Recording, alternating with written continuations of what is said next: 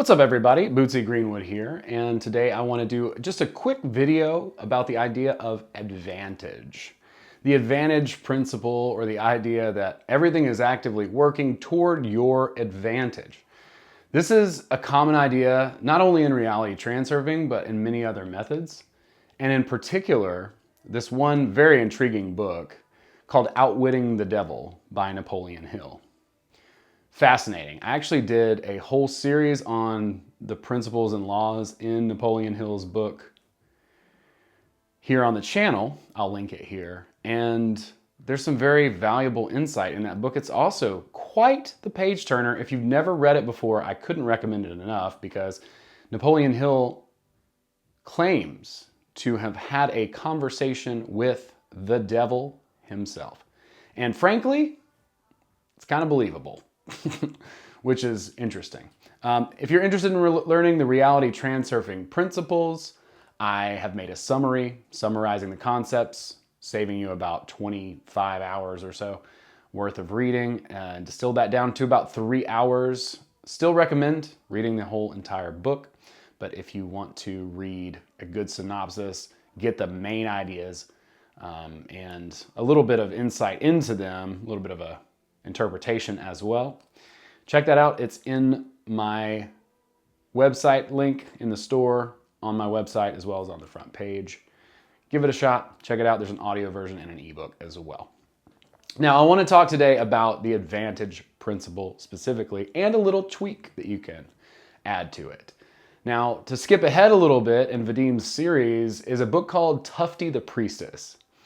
And this is a channeled book as well, where Tufty the Priestess claims to be this goddess who gives us basically an instruction manual as to how to navigate reality. She says you've never had an instruction manual, but this is one. Now, I beg to differ. I think we've had many instruction manuals. We've often had hard times interpreting them.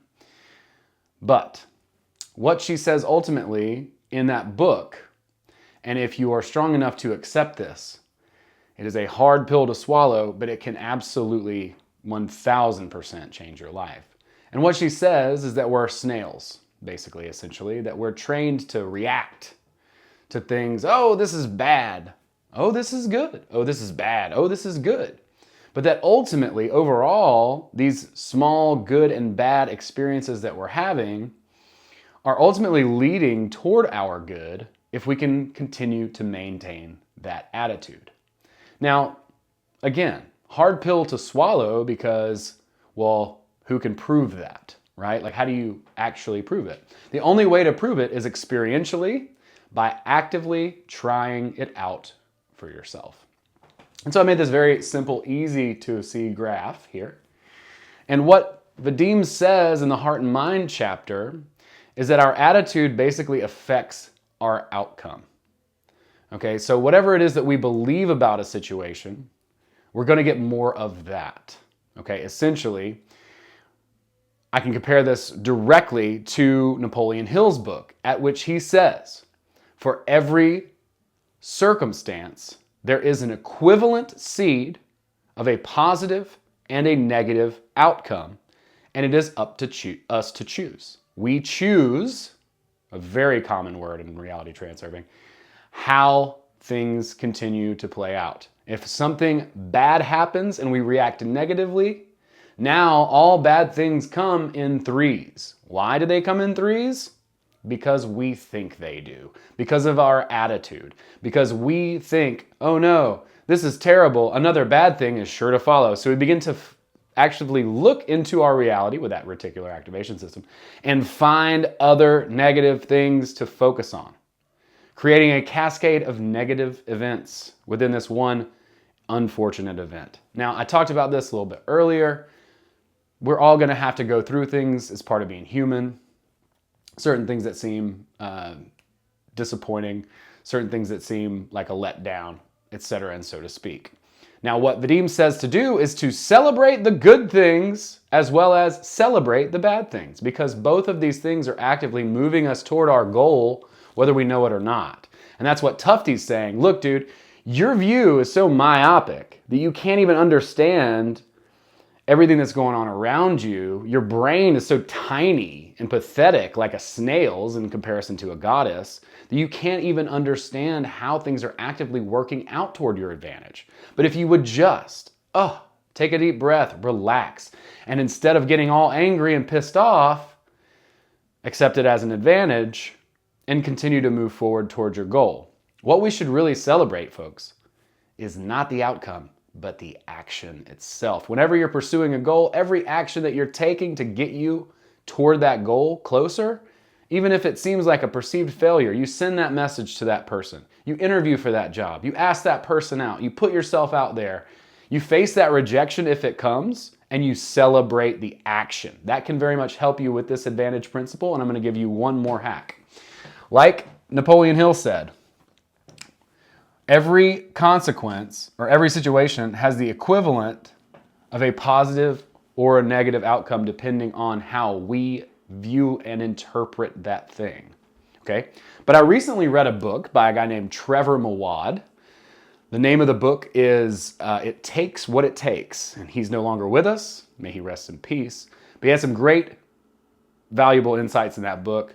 Particularly, his model is thinking neutral. So for me, it's kind of a habit that I'm trying to implement in my life, where instead of reacting negatively to perceived negative consequences or outcomes, I am trying to learn to perceive those as positive and celebrate those things.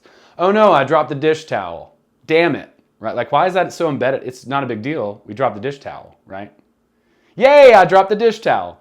Very counterintuitive, okay? Very difficult to get to. And what I would say is, it's almost impossible to jump directly from damn it to yay, right? Like that just is funky. But what if we add a third option, which is just neutrality here, okay? Neutrality, thinking neutral.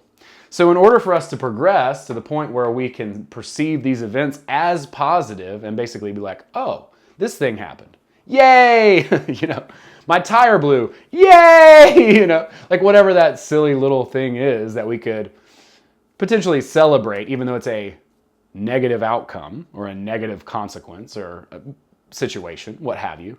If we can learn to change our frame of mind and open it up in that moment, seeing that, hey, regardless of what happens, ultimately, every step that I take is leading me towards my goals. I'm grateful for whatever comes next.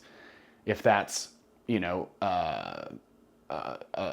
getting fired from your job or being in the rain without an umbrella, and another thing I want to say too is like, even if you do initially react negatively, you still have plenty of buffer time to sort of just be like, okay, well, you know what? I'm going to reframe this. I'm going to look at this in a different way.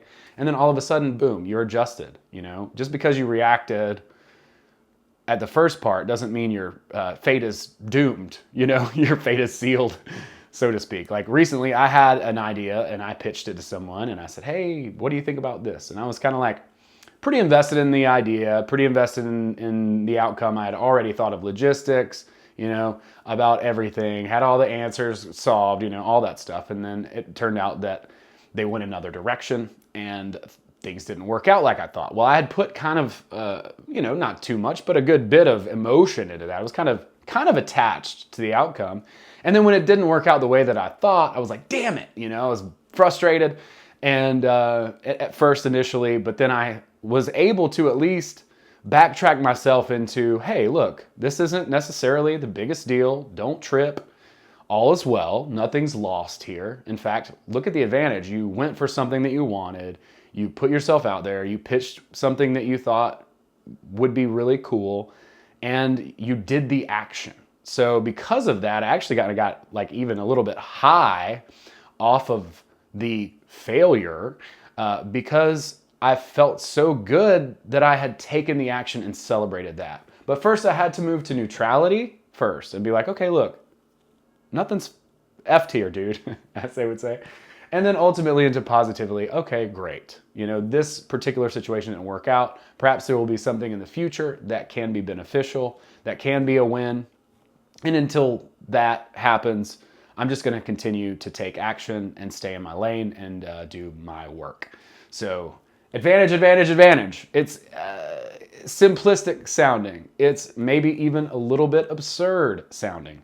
But I challenge you to, instead of reacting negatively, and even if you do at first, shift that negativity into a neutrality, right? And then shift it into a positive. Reframe it. And if it takes a day or 2 days or a week, however long it takes, it doesn't matter. As soon as you reshift and you refocus that consequence as a positive and reframe it that way, it is that way now. So your fate is not sealed just because you reacted a certain way. Continue to rely on the advantage principle. Continue to take every single step towards the mailbox with intention toward your intended outcome.